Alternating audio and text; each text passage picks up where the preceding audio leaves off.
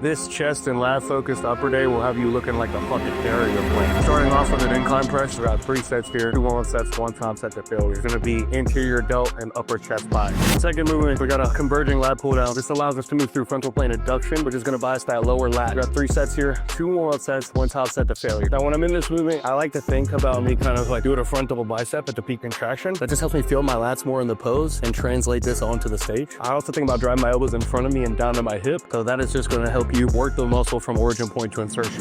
Third movement, we got another press, flat press here, so it's more sternal and costal pec bias. Best cue for any pressing movement, obviously control the weight on the way down, but on the way up, just think about touching your bicep to your torso. 2 sets here, 1 warm-up set, 1 top set to failure. Fourth movement, moving on to this horizontal row, keeping a neutral grip, arm more to the hip and tight to the torso, so it's gonna be more lat bias. Traps and rhomboids are still working a little bit, but again, it's not an upper back bias row, so I'm not trying to go into retraction or anything like that, more of a lat bias row. 1 warm-up set here, 1 top set to failure. Fifth movement, we got this pec deck flat. Only got 1 set here because it's a top set to failure. Make sure you train until your eyeballs bleed if you actually want to grow. Think about bending your arms, takes pressure off your rotator cuff and bicep tendon, and then on the way forward, straighten the arm, touch the bicep to the torso. Rinse and repeat, perfect form. 6th movement, and this is gonna be 1 set to failure. We got a wide grip upper back bias row. So I have a higher degree of humeral elevation here, and I'm also focusing on protracting and retracting my scapula. So it's gonna be trap, rhomboid, and rear delt bias. Again, on the way forward, protract that scapula, round the shoulder blades. On the way back, retract the scapula, pinch the shoulder blades. Final push movement of the upper day. We're gonna do a tricep rope giant set. We're starting back here, and in this position, it's gonna be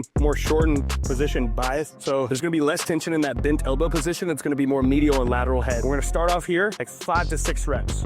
Once we hit failure here, step forward. There's gonna be less tension in the shortened position here, more tension in that mid-range. So it's gonna be more long head bias, but the medial and lateral head are still working. So all 3 heads are working very nicely here. Another 5 to 6 reps. Finishing off with an overhead extension. And because the long head's a biarticular muscle that crosses the shoulder and the elbow joint, the long head of the tricep's getting stretched immensely here. It's gonna be long head biased, but all 3 heads of the tricep are still working. Another 5 to 6 reps. Finishing off with this cable curl. I'm doing it face away because this is gonna allow that cable to form a 90-degree angle with my arm in the lengthened position. And since the bicep has more leverage in the bottom portion of this movement, this is going to be more bicep bias, less forearm. My forearms are overpowering my biceps for real, so we don't want more forearm out of the curl. That's the only reason I'm doing it face away. 1 warm-up set here, 1 top set to failure.